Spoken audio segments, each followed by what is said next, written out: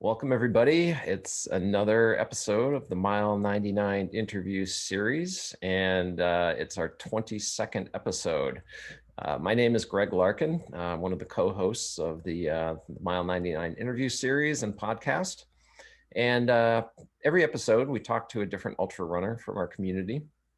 And we like to find out kind of how they got started, maybe some early life stories, how they got into running, some of the classic races they've done, things that they've been doing this year, during the pandemic and all of that, and just sort of generally find out, what makes them tick. We always seem to get some really good advice along the way, some good stories, that sort of thing. And yeah, just generally get to know somebody. And we hope that that is, useful to the people that tune in every week. And we really enjoy bringing these stories to everybody. So as usual, I am joined by my co-hosts, Jessica Harris. How are you doing? Hey guys, I'm doing pretty good. I have some really big news. My second kid learned how to ride her bike today. Ooh, very exciting. Nice. Yeah. Good Remind news. us, how old is she again? She'll be 7 in January. She's one who does things on her own time. And then today I said, "Hey, do you want to learn how to ride a bike?" And she was like, "Yeah," and just like sat on it and started going. So It just went. Yep. Well, as a former bike racer, I'm already putting a plan together for her. So, Yeah. expect that to show up soon. I guess he's bringing a bike. Right. And Mike Turner, how are you doing? Doing good, guys. I'm doing good, getting used to this colder weather. Actually, my youngest daughter is home from UC San Diego, so it's exciting to have her here.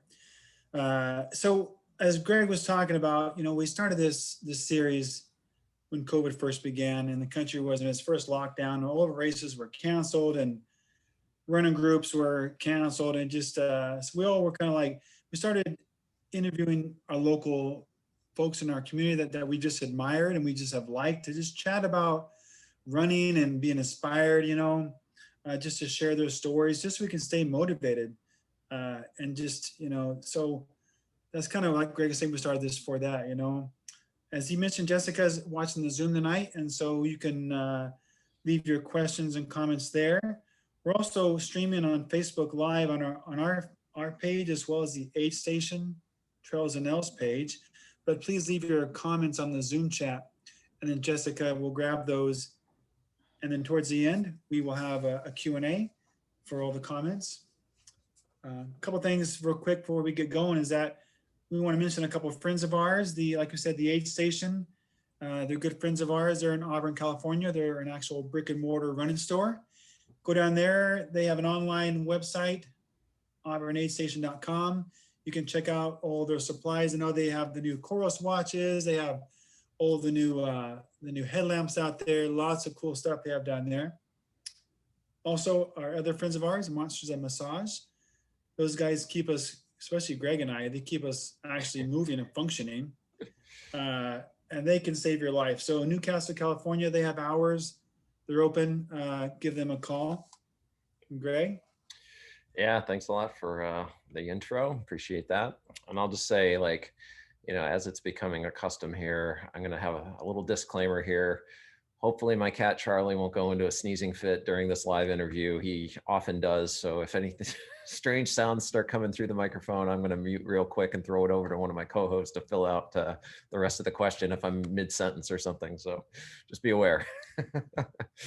So tonight we have Eddie Schmidt. And Eddie is an Auburn area ultra runner. I'm sure a lot of people know who he is. He's really been a fixture, in our community for over a decade. And he has himself completed dozens and dozens of ultra running races. He's also a volunteer coordinator with NorCal Ultras, who puts on some of our most popular events in this area. And so he helps with, coordinating the volunteers, getting the race done on the race day, and pretty much just lending a hand, anywhere he can. And I just want to, Mike and I kind of want to throw out a little story about that, that, affected us. And this happened, I think it was in July, early July. I convinced Mike to join me on the second quarantine backyard ultra that was put on this year. There was one in April that I did. And then they threw another one out on mid-July or early to mid-July. And of course, hot weekend. I think it was like over 100 degrees at the peak that day. Mike and I were just out there suffering. Like we were just having a rough time. And I'm trying to remember, and I was somewhat delirious, so maybe Eddie can fill us in when we start talking. But somehow he got wind of what we were doing, and he came out, brought us drinks, brought us ice. Just got out there and kind of helped us out with a few of the laps that we were doing, and that's just kind of I feel like the kind of guy he is, and that was super helpful to me and to Mike. We eventually just crashed and burned after I don't know how many laps. But it was so appreciated to have all those great things brought out to us while we were out there doing that great race. So I want to thank you, Eddie, for doing that, and welcome to the show. You're welcome. Yeah, thank you very much. To be honest, the short time I was out there, I was suffering as well. So I mean, you guys picked the hottest day of the year. You made you were in charge of making your own course, and you made a very tough course. So that was an incredible effort. Oh yeah. Really. Most normal people would say, hey, like I'm going to go out and run as many 4.16 mile laps as I possibly can. So I'm going to pick the flattest possible course. Well, I would have. If you want to use your house as your main aid station and there's no flat roads and there's no flat trails around, you end up picking something that's got like 500 feet of climbing per lap. And that's not always the best for that type of race. So yeah, it was quite the day. And yeah, we definitely appreciated seeing some friendly faces out there, yours included. And I am trying to remember, did I post something on Facebook during the race or something and you saw it and decided to come out and like hang out, or I can't remember exactly. I can't remember how I got wind of it. Yeah. But boy, hot day and lots of suffering. And I don't know, we're kind of probably wondering or wishing that we had those hot days again right now, but it was a good time. So yeah, we really appreciated the help. So, one of the things that we like to do oftentimes is just kind of, as we're getting into these interviews, is just find out a little bit about, our guest and where they grew up and kind of how they got into running. And, we know from reading your pre-interview questionnaire, you grew up in Michigan, so quite a ways from here. So we're just kind of interested in, what, obviously your early life there, how you got into running. Apparently you had a sister that ran track and cross country in high school. So just interested to hear more about that, and then eventually how you made your way out to California. Sure. Yeah, I grew up in a little town in Michigan, pretty much right on Lake Huron. Nice, cold, windy winters. Not really interested in running as a kid, although I always felt like I could. Usually I ran when I was in trouble I'm the youngest of 5 kids, so I could outrun all of them. So that was the most important thing. But I did have a sister in high school that she ran, and she was the only female on the cross country team. She was the female cross country team. She ran track as well. There were females, but and that impressed me. It didn't impress me enough to really run on a regular basis. I went out a couple times with her. I think I threw up after one run, but it definitely planted a seed, and I definitely respected her for that, because we didn't have nobody in our family pushing us to play sports or do anything athletic. It just we weren't really exposed to that. So she did that on her own. And then when I was 17, I joined the Navy, and I met a friend of mine there was from a town that you may have heard is kind of a running mecca, Alamosa, Colorado, where Adams State College is. And he actually went, I think, a couple years to Adams State and ran there. Very good runner. He grew up at 7,000 feet. So I went out running with him probably a handful of time, maybe 5 times the whole time I was in the Navy. Suffered every time. But that planted another seed. So even though my memories of running was suffering, I liked how I felt after. And something about bringing out, I mean, it was like, I thought the toughest thing you could do, really. So, and then I have to fast forward a lot of years. So what brought me out to California is my wife. So I met her when I was in the Navy, and we've got a long, our stories differ a little bit on how that all happened, but it's a long story. But we did meet. I ended up moving, you know, we kept in touch. I ended up moving out here, you know, quite a few years after I was in the Navy, and we got married and had 3 kids. And we had 3 kids, and just, you know, I was just doing what I could to kind of raise a family. So running or anything athletic I played a little basketball, I will say. But you know, it was a few years after I had the kids, I started realizing that I wanted to take off some of the baby weight. Mm. And I was about 40 pounds heavier than I am right now. And it wasn't a good 40 pounds. And I remember, and I did have a friend at work that ran too, but I never ran with him. But again, I respected that he ran. So I started to feel heavy. And I remember a specific incident kind of going down the stairs at work a little fast. And I felt something jiggle that really shouldn't jiggle on me. And that was the motivation, because you know, none of my extended family are on this broadcast, but everybody in my family had weight issues. Mhm. And it was at that time that I was going that direction, and I decided I just didn't want to participate. And I started to think about the fastest way to lose some weight, and it was Yeah. running. Oh, So I yeah. started running with that friend. His name's Rob Uchison, who now lives in Colfax. And it was it was August. It was August of 2005. And that was a miserable month to start running. I'm not a heat person. I'm from Michigan. I still am not a heat person, even though I should be by now. But that was a miserable, I'll say, a couple months of just starting running. But for some reason, it took that time. I was able to just do it, and pretty much been doing it ever since then. I started running in August of 2005, and I got a little exuberant about it, and I ran CIM that year. It was my first marathon. And that was not a good decision, but I got through it. I got excited. The first time I went to a race, I got so excited at the whole race environment. Mm-hmm. And, you know, a few years after that, about 3 years after that, I got into ultras. Did a lot of road races. I still kept doing road races after ultras. Yeah. Oh, yeah. I mean, it's Yeah. good to mix it up a little bit, I think. Yeah, I Like, think so. you know, if you come from that side.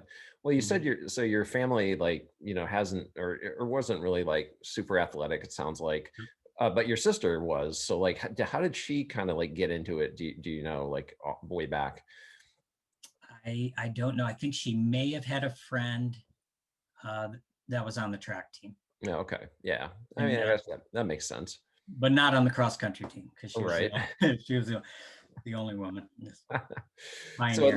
least you did have that little inspiration there, it sounds like, and some other Yeah. inspirations along the way, which is great. I mean, I think it must be how a lot of people get into these things. I mean, I got into bike racing years and years ago because my dad did it, and I really wanted to like do something with my dad, you know. So like, I think people have these these stories, you know, and it's always great to have somebody to look up to, and they've already sort of started blazing the way for you a little bit. So I think it sounds like you had the people like at the right time, you know, in the right places. That's cool. Yeah, I mean, I get it with the heat too. You know, I'm a New Englander, so I'm still working on the heat training. Although now I think I am losing some of my cold resistance as well. So, Yeah, you can't get cold enough for me. Yeah, really.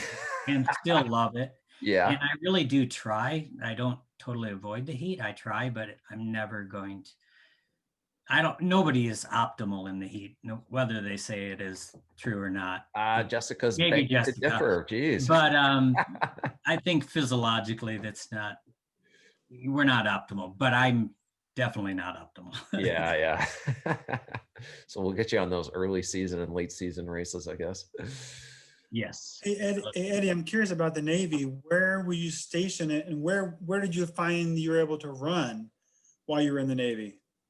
I was stationed, for the most part, I was stationed on a ship out of San Diego. And yeah, just what I remember is just running around the base a few times um, with my friend Rick. And I do remember one time there was a 1.5 mile run we all had to do. And I honestly forgot about that till just now. But Rick, of course, my friend, was the fastest on the ship. And I don't remember times or anything. So we did waves. When he was done with his, he paced me. And he had just finished running an extraordinary time. And I honestly don't remember what it was, but everybody was in awe. And then he paced me, and I got the second fastest time on our ship. Whoa. And he was talking the whole time, and I was panting the whole time. That's what I remember.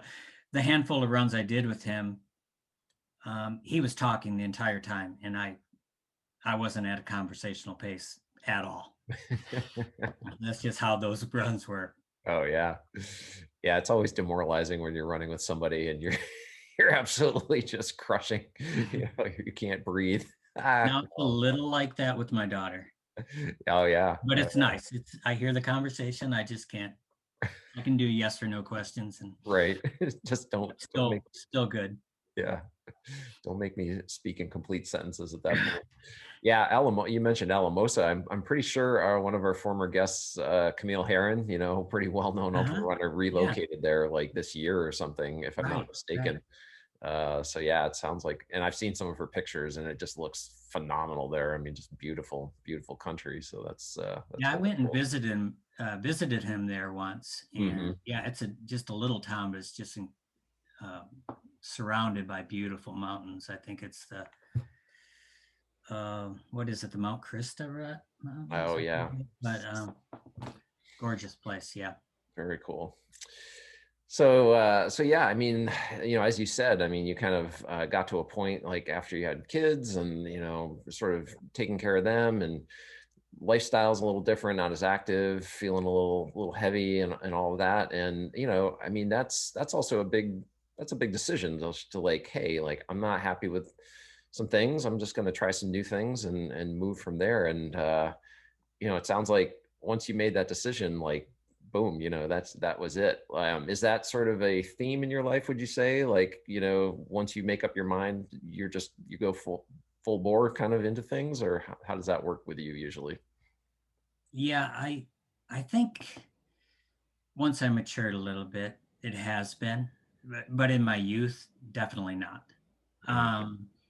Not stick. I wouldn't stick things. Once it got too tough, I'd be on to something else. So I'll say I had to develop that discipline. And that's what I mean. I always kind of wonder if I'd started at a young age, what kind of runner I'd be. I have no idea, but I can definitely tell you I wouldn't have had the discipline to just be consistent with what you have to do to improve. So I know that for sure. So I'd say no, I've developed discipline over time. And I think part of the big thing that probably, like a lot of other people, the big thing that kept me with running was the people I met. It's just such a positive environment, and people are drawn to positive people. For most people, negative people aren't necessarily drawn to positive people, but that was a big part of, I would say, sticking with it. And particularly, I can, expand on how I got into ultras. That was particularly the case when I got into ultras, was the people that kept me, still the best part of it all. Yeah. I mean, go ahead. Yeah. Why don't you talk about that? Because I know for a lot of us, I mean, me personally, like, I got into running and ultra running very late in life. And the people, and I'm with the people that I want to be with right now on this call, like, that's it. It's just, you talk to these people, you spend a lot of time on the trail with them, you get to know them. It's like your therapy too, So yeah, why don't you go ahead and describe what that was like for you? Yeah. So I started running 2005 and just jumped into do road races because that's all I was exposed to at that point. So I did everything from a mile race to marathons. And then I got my kids involved in running. We joined the Buffalo Chips running club out of Sacramento, which had the youth chips and real good youth program, still is to this day, still coached by the same wonderful coach, Linda Frazier. And so I got my kids involved. They didn't really, know any better at that point. Later, they made their own decision. But I joined the Buffalo Chips, started doing road races, and then my kids, my son and daughter, were running cross country in middle school in Elk Grove. That's where our kids grew up. And my daughter Hannah, who I've spoke about, was on the same team as, I don't know if you guys know who James Barstead is. He's a longtime ultra runner, great guy, just used to put on huge training events. And I met him at a cross country meet. I saw he had a Western States, it was either a Western States jacket or American River 50 jacket, but I think it was a Western States jacket. So I started talking to him, and I didn't know there was anything past a marathon. So that was probably 2007. And then, actually it's probably fall of 2007. And then he convinced me, probably not just through his stories, to do the American River 50 the next year. So in 2008, I signed up for the American River 50. And first I did the Jed Smith to Buffalo Chips race, Jed Smith 50K. That was about 2 months before that. So that was my first ultra. And really, James Barstead, exposed me to that environment. And then that was the primarily the thing I did. I kept with road racing to try to just get faster. And I had a goal to do 10 CIMs in a row. And so I kept doing CIM every year while I was doing ultras as well. So I hit that goal. I did 10 CIMs. Wow. And just started doing ultras. And then I'll go on to Western States. So after I did American River 50, I think it was the following year, James, again, I went on the Western States training run, the one that just did the last 22 miles of the course.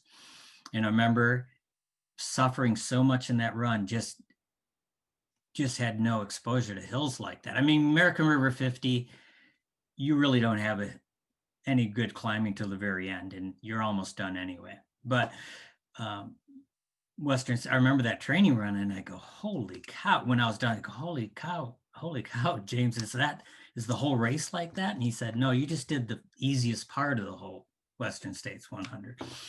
So that right there just scared me to death to even attempt it. I had no inclination to ever try anything like that. However, 2009, just on a whim, I went up to the finish line of Western States. We lived in Elk Grove. I went to I think it was a Pete's Coffee Bar House, got a big mocha. And because I had planned on staying up for a while, went there, I think I stayed for the top 10 men and the top 10 women. And by the end of that period, I said, I got to do this. I just got to try this. So I ran what was at the time, you could run a 50-mile race to qualify back in those days. So I ran the Helen Klein 50-miler, which later turned into Last Chance 50-miler, a relatively easy 50-miler. Qualified in that, put my name in the hat, and I was just going to stay at home and watch the lottery, the 2010 race, because but James called me up. He said he's going there in person. I said, well, do you have to be there in person to get in? He said, no, but it's a pretty cool environment. You might like it. And I said, okay, I'll go. So I went to the lottery, and still the same thing they do now for people present in the lottery. They give you a playing card, and you get one extra chance to get in. Now I did not want to do the West. I thought it'd be a 3, 4, 5 year process to get in. I just wanted to start the process. Well, they finished the lottery. I didn't get picked. I was cool with that. And then they went to the playing cards. And the very last playing card, they drew my card, Oh my gosh. which I think was the Joker. Oh yeah. But I was scared to death. I was the only person that got picked that wasn't screaming, jumping up and down. So my whole training for Western States 2010 was motivated by fear of Oh failure. yeah. It scared the heck out of me. Jeez. But I did it. I went through the training, had a blast through all the training. Still, to me, that's the funnest part of particularly a 100-mile race, is going through the training, building up, and watching your fitness improve. And so I did. I entered the race, and James Barstead paced me from Forest Hill to actually Highway 49, when they had a Highway 49 aid station. And then my 15-year-old daughter, Hannah, paced me from Highway 49 to the finish. Wow. Yeah. And I got a long story about that whole day, because there's a lot of just great memories. But I know I was behind the pace in Forest Hill behind the 24-hour pace, which is what I was shooting for, by like 40 minutes when I left Forest Hill, and ended up squeezing in 23:55. Yeah. Under the wire. I mean, you turned on the afterburners.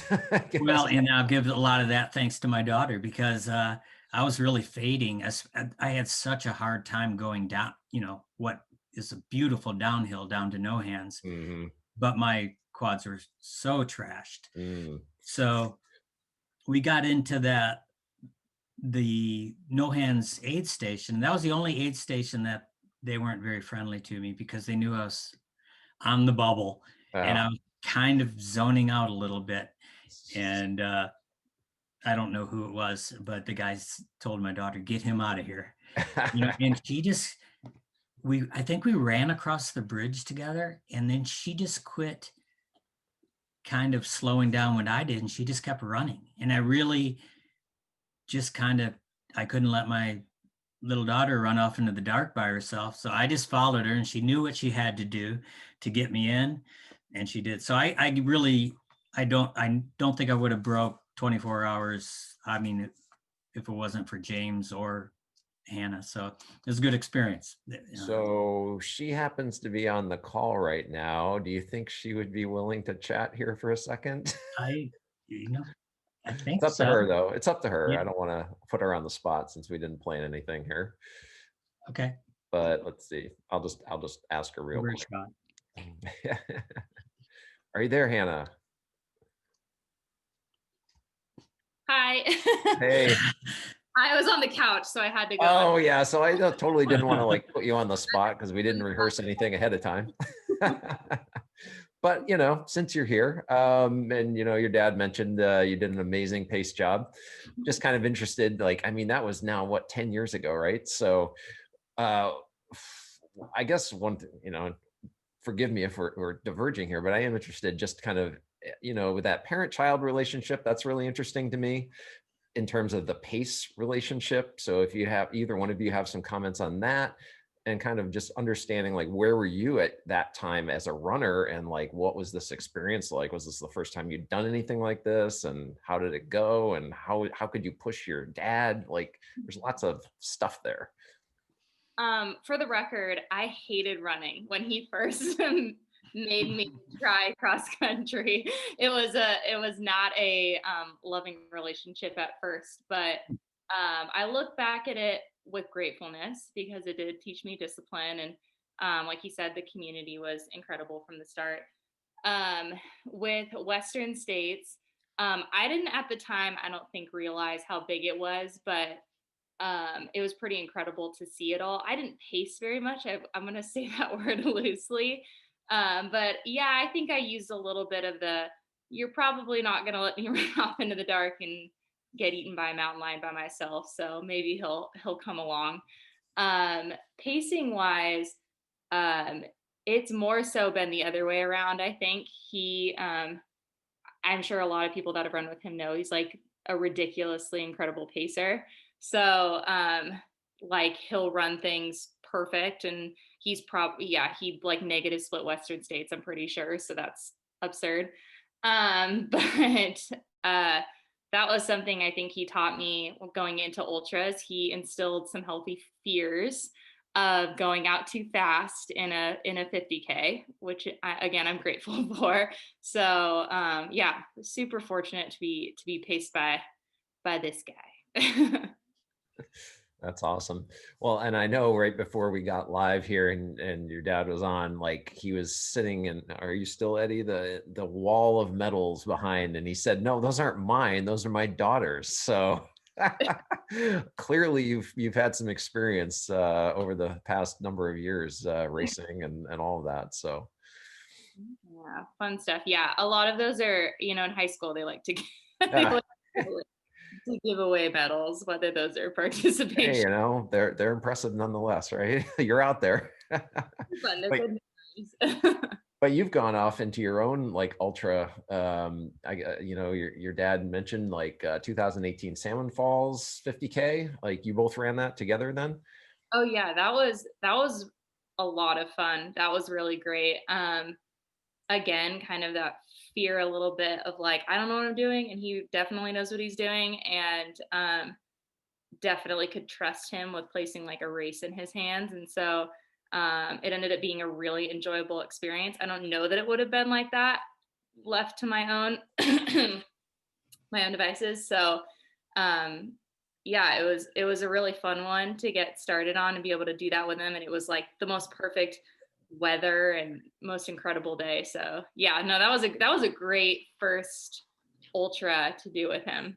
Nice. Hannah, coming in at 5 hours and a couple of minutes, that's not a conservative pace. That's pretty quick, right, Eddie? I mean, that's a 5 hour K is pretty quick. Well, yeah, she went under 5 hours. She said we ran it together, but we did till about mile 26, where she saw, at the time, I believe, the second place woman, and she made a move there. And then I didn't see her again.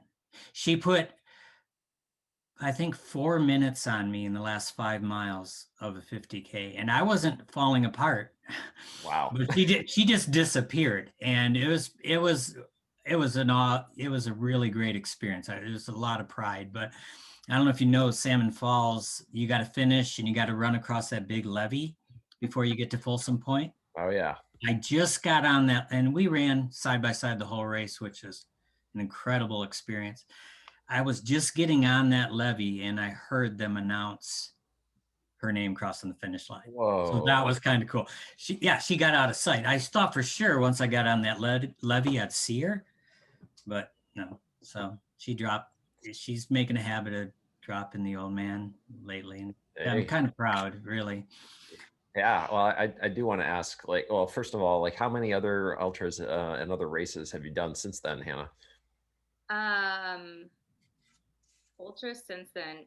Dad, you always know my races better than I do. Yeah, 3, right? I mean, you did a 50 miler, you did another 50K, and you did a 55K. And then the recent one we did. We did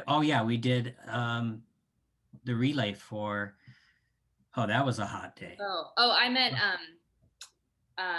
Three Sisters Skyline. Oh yeah, I don't really want to talk about that. Trying to forget. Okay, so let's dig into that. No. Yeah.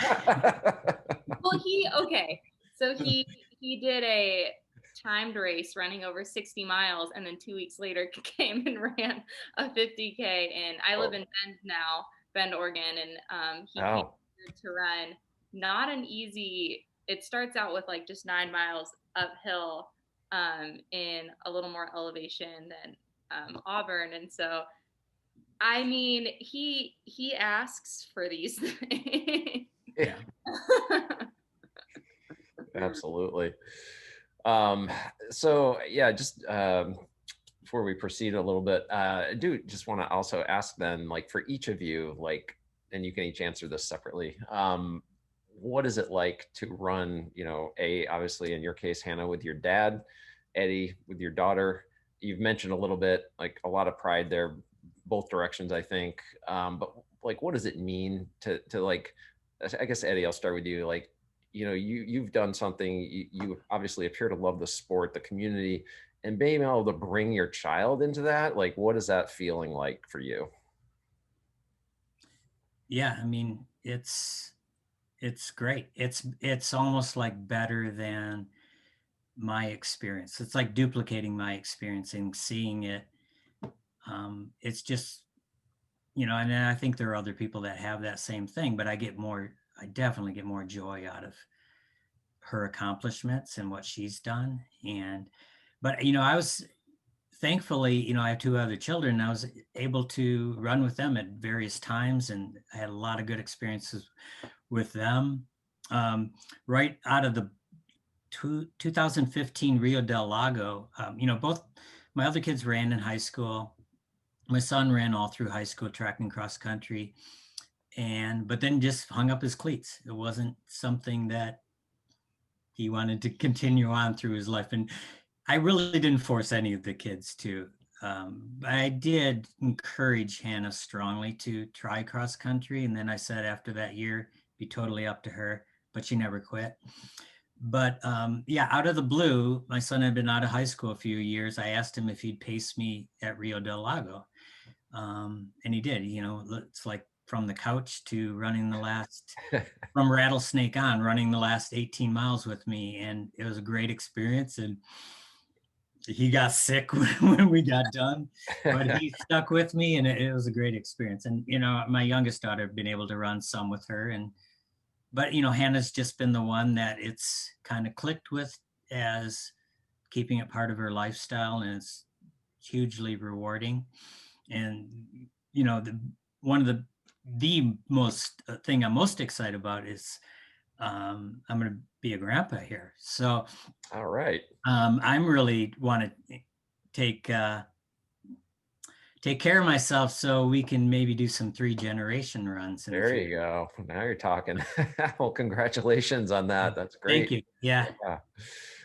So Hannah, well, congratulations. So, yeah. And so, I mean, what's the feeling like, having your dad kind of encouraging you as a younger person, and then having these incredible experiences with him? Like, what has that meant to you? I don't know how to describe, like, it's meant a lot. I mean, words probably don't describe it. It makes me emotional all the time. And a lot of those different adventures, because it's not just some of the races, because for the record, he has dropped me as well in what was it, Formidable? Yeah, I was with him for a whole 2 minutes.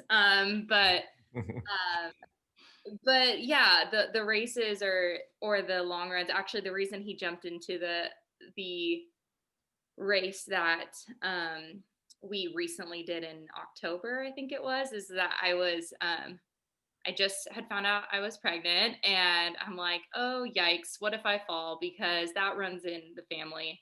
And I was a little nervous about it, and he's like, okay, then I'll just do it. and so that was really, really cool to have him be willing to just kind of watch over me a little bit and make sure I wasn't doing anything dumb.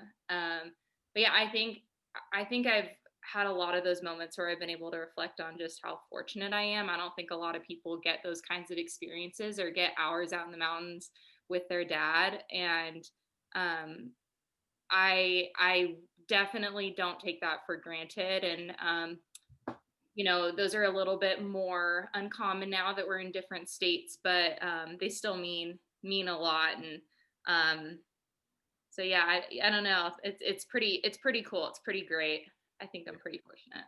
Yeah, that's awesome. I know, Mike, you probably have some thoughts on this, I'm guessing, as a dad of two incredible women. I am very hopeful. Yes, I have 2 adult daughters. One's upstairs, home from San Diego. So yeah, it's good getting them active and out in the woods, and just I think just appreciating the mountains, whether you're climbing or running or hiking, just being able to appreciate the outdoors is really a valuable thing to share with your kids, I believe. Yeah, absolutely. Yeah. So, I mean, it's just such a great thing to see the two of you out there and yeah, having those bonding experiences, and obviously pacing at Western States is like one of those kind of like pinnacle moments, I would think, so, yeah, Eddie, I mean, silver buckle, first attempt, 23:55. I mean, that's super impressive, so, definitely. And then since then you had a couple other entries into Western States, if I'm not mistaken. Hmm. Yeah, I ran it again in 2017 and then 2018. In the best shape of my life. I was so prepared for that race. Took a fall right go about a mile from the bottom of El Dorado Creek. I took a pretty good fall and then stumbled along to the river and packed it up at the river. Really? Yeah. Yeah. Well, Yeah. so I Hannah mentioned that falling runs in the family. So I was going to ask you about some spectacular falls you had. So That maybe was that the was most all. spectacular because that hurt. It hurt the most, Yeah. more emotionally than even physically. But yeah, I tore my meniscus, and Oh, I had to make that hard decision of hope I don't ever have to make that again. But yeah. yeah, it was hard. But I mean, I'm just grateful to even be part of the race 3 times. I mean, many people might not get that chance, so it's an incredible event, and the most incredible event I've ever done. And so I hope I get another shot at it, but I'm grateful for the times I had, and it would be an honor to be in a position to pace Hannah for it Yes. someday, God willing. Yeah. Oh, yeah. And Yeah, then that third generation at some point, if that all yeah, goes that way. yeah. At the time, I had to get permission to, because I think you're supposed to, even as a pacer, you're supposed to be 18 years old. So I had to get permission from the former RD to. Oh, interesting. So Oh, okay. So yeah, other, how old at the time? she was 15 at the time. Wow. All right. So Yeah. that's, yeah, definitely a unique situation. That's great. That's incredible. Yeah. So I mean that last Western States, then, I mean, the bottom of El Dorado all the way to the river. I mean, we're talking, oh, what, 20 something Yeah. miles or more, like with a torn meniscus. Like, I mean, that Yeah. I didn't know. I mean, because I made it to the bottom on adrenaline. I really hurt my shoulder. I mean, that looked the worst. My shoulder was raw. mm, And so I made it to the bottom on adrenaline, and they cleaned me up, and I felt like I was good to go. And it was pretty good running up to Michigan Bluff and then into Forest Hill. And then once I started the downhill out of Forest Hill, I knew something was wrong. And by the time I got to Cal 1, my knee was noticeably swollen, and then kind of quit working. And then I sat at Cal 2 with ice for a long time, and then stumbled along in the night. And yeah. yeah, yes, but You never know what race day is going to bring, I guess, nope, you don't. unfortunately, and even if you're in the best shape of your life, these things just pop up sometimes and you just Yeah, don't. rocks just jump up and grab your feet. Oh man, good story. So I know, did you not run a very long race? I don't know if it was on your own or is it your own training run, like in Auburn? Didn't you do something like a 100K around a park or something this summer? Was that Yeah, I did. what was that all about? That's just my mental state. It was so NorCal Ultras did a few virtual races this year. One of them was called Rock Your Block. And so I just picked, you could do something in your neighborhood or your block if you like. So I live just up the street. I live on Racetrack Street, just up the street from Recreation Park. Mhm. which has a 0.55 mile loop around it. And so I picked that as um, my block. So the event was supposed to be like a 24-hour event, but I wasn't mentally or physically prepared. So I said I'd do 12 hours. So from 8 p.m. to 8 a.m., I think it was the 4th of July. I finished on the 4th of July. So I started the day before and ran around that park all night long, and had my car there as an aid station. And one of the guys I run with, Danny Murphy, met me in the morning, brought me Diet Coke and a donut that helped me finish strong. And I ran, yeah, like 120 loops of that park. And I don't know if you've ever ran that park, but there's not a lot to see. But it was just what I picked as my block because I don't really I live at the end of a street. So Yeah. yeah, Relatively flat, hopefully. there was, it's deceivingly little hilly. There's little, so I think there was over 3,000 feet of climbing in that, but relatively flat. Yeah. Wow. Yeah, I mean, we're all kind of doing our thing this year, trying to find out, how we can push ourselves, Right. FKTs, these timed events, these backyard ultras, whatever. I mean, it's a great testament, I think, to the imaginative nature of us as endurance athletes. We're always just kind of trying to come up with these, what's some strange thing I can do today? Oh, I'm going to do 24 hours of stagecoach repeats or something crazy. Who knows? I think Auburn people have that kind of screw loose in that way. Like we're always trying to figure something out like that.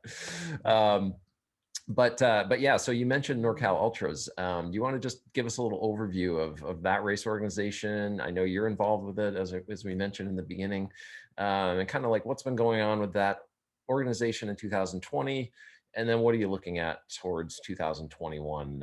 Anything that you've heard or seen? Okay.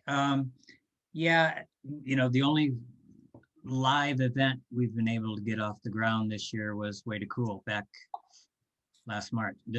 But and then we tried real hard for American River 50, had to cancel that and made that into a virtual race, which was pretty successful. I think we got a lot of people doing it. It's not optimal, but, and then we've done a few other virtual races, like the one I did, Rock the Block, and there was one that Pajama Scramble or something like that, where people ran in their pajamas and posted a picture. And there was one other this summer virtual event. And then this fall, we did the Cinna Run, which every finisher got a cinnamon roll, and the winners got a giant cinnamon roll. Very popular event. But we did that out on a ranch in Lincoln called Run to Walk, which it was the same venue I did a 12-hour race in September out there. So, it's private property, so didn't have to go through the permits and all that, but it turned out to be a very successful race. And so this Saturday, we're going to do another race out there called Frosty Run. It's a 3 and 6 mile race around the same horse ranch. It's about a mile loop that's measured out, and nice dirt, more compacted dirt, very easy running surface. So spread the word on that. I'll be out there working that event. So yeah, I mean, I just started off years ago. Again, James Barstead, he used to put on training runs. Back then we were able to do some pretty big training runs that were bigger than many races, but authorities kind of stopped those, and there were, I don't know, various complaints about the amount of people and that you needed permits and a lot of that stuff. So I got involved with NorCal Ultras through him, volunteering for races and helping him out on some of these training runs. And so, yeah, so it's still kind of been, and then March of 2019, I actually retired from my full-time job at the time, and I contacted Julie Fingar, who owns NorCal Ultras, and asked if she had something to do part-time. And at the time, her volunteer coordinator had just quit. So I kind of took over that role. And then I'm doing whatever I can on race day to help. And so it's one of my part-time jobs. Yeah, that's great. Yeah. I mean, so it sounds like you really get, obviously you've enjoyed the community aspect of trail running and racing and actually being in races and all of that. And you've complemented it like a lot of people we've talked to this year. I think like the volunteering aspect of it in some ways can bring you almost more enjoyment in some cases. Like, oh, it's so nice to be able to not be out there suffering, and I'm helping people like, reduce their suffering and get them to the finish line and that sort of thing. So like, is that like, what do you get out of the volunteering aspect of it? Yeah, I mean, I get out of it just I love encouraging people because I know how they are feeling at certain times. I get a lot of, I get inspired. I have had like really good races on my own, like following a race that I've volunteered for, just being inspired by other people in that race. And I think most ultra people I know also volunteer at races. So it's a real give and take community for that. And if you haven't done it, highly recommend it. If I'm talking to someone that's even new to racing and hasn't tried an ultra yet, I encourage them to volunteer at one first. Good, And good plan. before they even do it, maybe it'll scare them away, maybe it'll intrigue them. But it sounds like the next time I'm going to do a race, say next year, let's hope at some point, I should probably volunteer a week or two ahead of time, get that nice adrenaline surge and all that dopamine from seeing all these awesome people, and then I'll go out and crush it. Absolutely. I mean, it's similar to, like I said, when I went out to just the finish line of Western States, and I got so inspired to want to try it myself. I didn't think it'd be that soon, but yeah, just being around the crowd and the environment, it's pretty contagious. It's pretty motivating. Yeah, that's so cool. Well, that's really good. We hope that NorCal is going to be able to put on some stuff next year. I mean, it seems like we're heading in a good direction. A couple of weeks ago, we talked to several folks that are associated with Western States, including their medical director, Dr. Andy Pasternak, and he's really hopeful for next year. And I think it was good to hear that in terms of all of these race organizations. So, fingers crossed. I know we're all pulling for it, and I know that we want to get AR50 and all these other classic races going again. So we're hoping that they'll have a good way to do that. Right. Hope so. Yeah. Yeah. So I want to switch over to Jessica. I know she's been kind of checking out with what's going on with people, chatting with them and all that. And I think we have a few questions for Eddie. We sure do. We have Clint on Zoom who has some questions about the relationship between you and Hannah and running, and where's that coming from? Go ahead, Clint. What's up, Eddie? So my daughter's younger and she's running, and I love it and I hope she holds up with it. But how do you not coach and make her enjoy it? So I very much try not to push my daughter, but at the same time, you want to coach to get everything you can out of them. How do you find the balance to keep the joy and not be over pushing on, okay, you need to do this, you need to do that? Great question. Okay. Yeah, I mean, ideally, because I've coached my children in other sports too.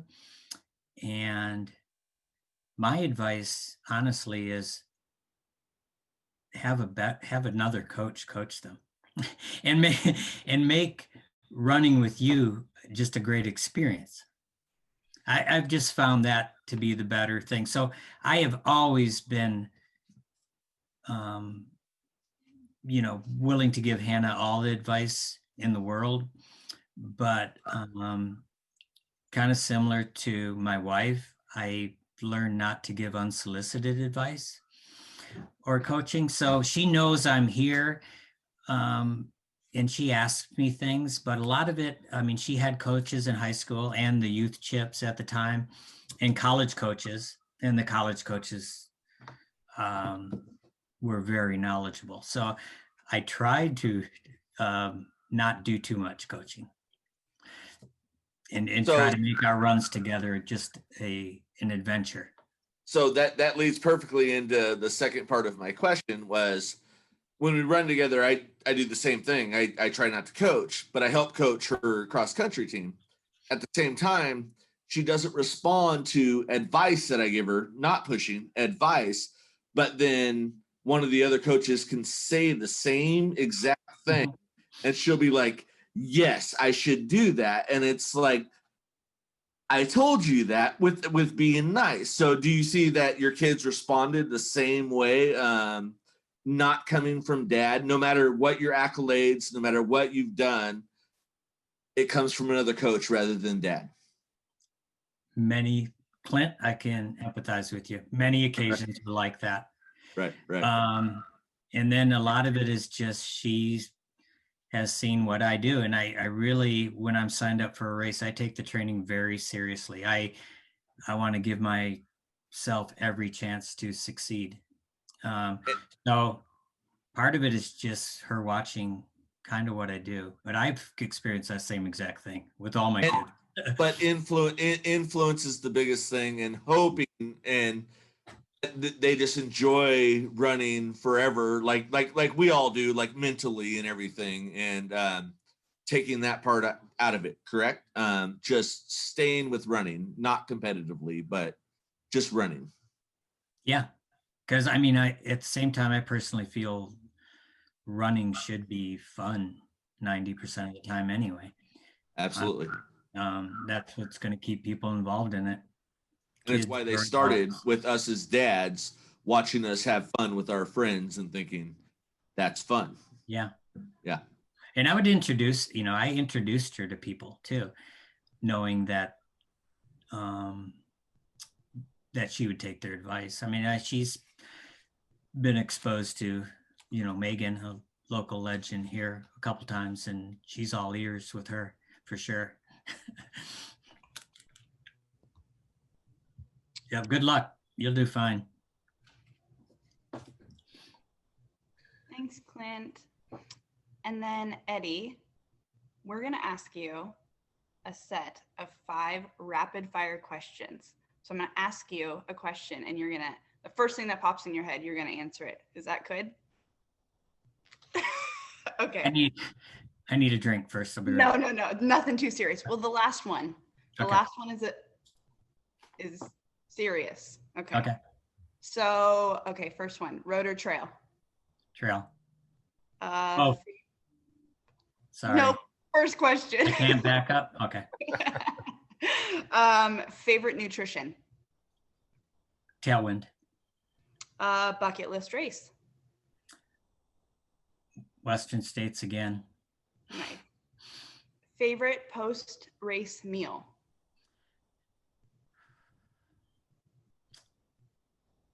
Mexican food and beer. There you go. This is the big one. All right, you ready? Yep. Colored or white Christmas lights? White.